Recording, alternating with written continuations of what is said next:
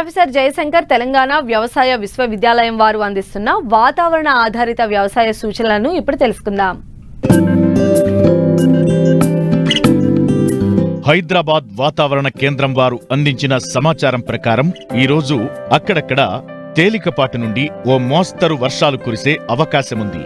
ఆ తరువాత 3 రోజులు వాతావరణం పొడిగా ఉంటుంది. చివరి రోజు అక్కడక్కడ తేలికపాటి నుండి ఓ మోస్తరు వర్షాలు కురుస్తాయి.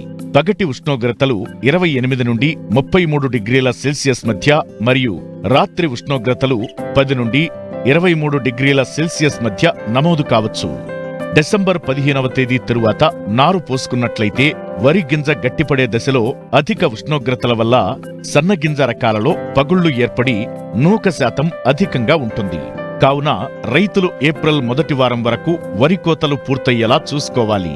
వరి కోసిన తరువాత వరి దుబ్బులను కాల్చకుండా మల్చర్ను ఉపయోగించి చిన్న చిన్న ముక్కలుగా చేసినట్లయితే తొందరగా నేలలో కలిసిపోయి పర్యావరణానికి నష్టం కలగకుండా ఉంటుంది.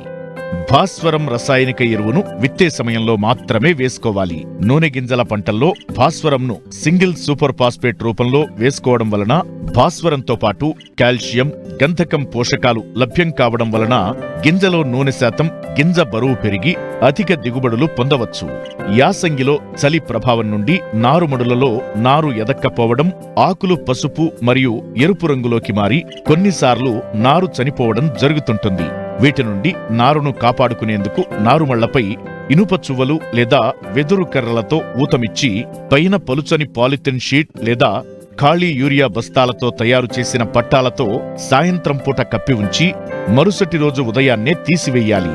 రాత్రి వేళల్లో నారుమడిలో నీరు నిండుగా ఉంచి తెల్లవారుజామున తీసివేసి కొత్త నీరు పెట్టాలి. 10 నుంచి 12 రోజుల దశలో నారు ఆరోగ్యంగా పెరగడానికి పైపాటుగా 1 కిలో యూరియాకి 2 గ్రాముల కార్బండిజం ప్లస్ మ్యాంకోజబ్ మిశ్రమ మందును కలిపి వేసుకోవాలి. 2 క్వింటాలు బాగా చివికిన కోళ్లు లేదా గొర్రెల ఎరువును 200 చదరపు మీటర్ విస్తీర్ణం గల నారుమడికి ఆఖరి దుక్కిలో చల్లుకోవాలి. అలాగే కిలో నత్రజని, 1 కిలో భాస్వరం మరియు 1 కిలో పొటాషియంలను ఇచ్చే రసాయనిక ఎరువులను విత్తే సమయంలో వేయవలెను.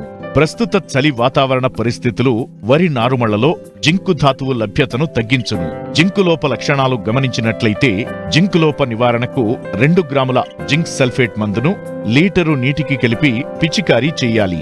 వరి ప్రధాన పొలంలో కాండం తొలుచు పురుగు ఉధృతి తగ్గించుకోవడానికి వరి నారుమళ్లలో కార్బోఫ్యూరాన్ 3G గుళికలు 200 చదరపు మీటర్ల నారుమడికి 1 కిలో చొప్పున నారు పీకడానికి వారం రోజుల ముందు చల్లుకోవాలి.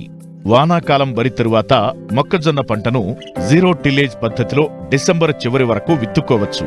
ప్రస్తుత వాతావరణ పరిస్థితుల్లో చలి ప్రభావం వలన మొక్కజొన్నలో భాస్వరం లభ్యం కాకపోవడం వలన ఆకులు ఊదా రంగులోకి మారే అవకాశముంటుంది.